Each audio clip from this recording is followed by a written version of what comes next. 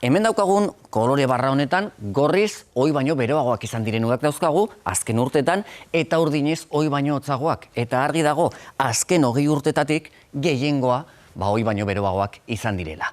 Eta gainera, testu inguru honetan ere, muturreko temperaturak aipatu behar ditugu. Hau da, estazio bakoitzarentzat bere klimatologia hartuta oso beroak diren temperaturak neurtzen ditugula. Adibidez, Bastiako kasuan aurtengo udan 18 egunetan gainditu dugu muturreko temperatura langa hori. Eta kostako egoera ere bai, badau, Matxitxakon 10 egunez gainditu dugu balioiek. Eta 40 gradutik gorako balioak non neurtu ditugu aurten?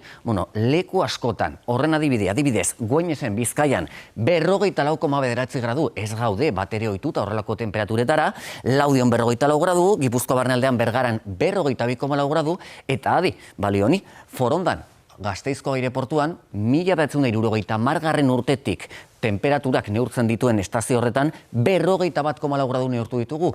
Abuzturako errekorra izan da. Zangoza Nafarroan 42,7 gradu, beraz, giro oso beroa, batez ere abuztuko lehendabiziko 15aldian.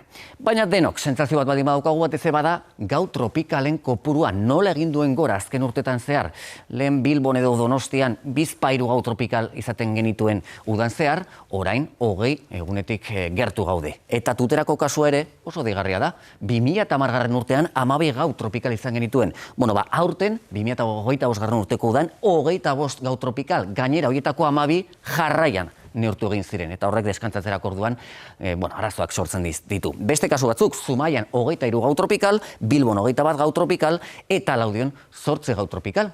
Eta guzti hau, gutxi bada ere, aipatu beharra dago, uda gero eta lehenago hasten dela. Badakizue, meteorologian, bai ekaina, bai uztaila, bai abuztua direla udako hilabeteak, baina 30 gradutik gorako balioak gero eta lehenago neurtzen ditugu. Horren adibide, aurtengo udan, maiatzaren 29, 30 eta 31 egunetan, ikusiko duzue, 35 gradutik gorako balioak neurtu izan genituen, eta Jaizkibelgo kasuan ez gehien egun horietan 25 gradutik jaitsi.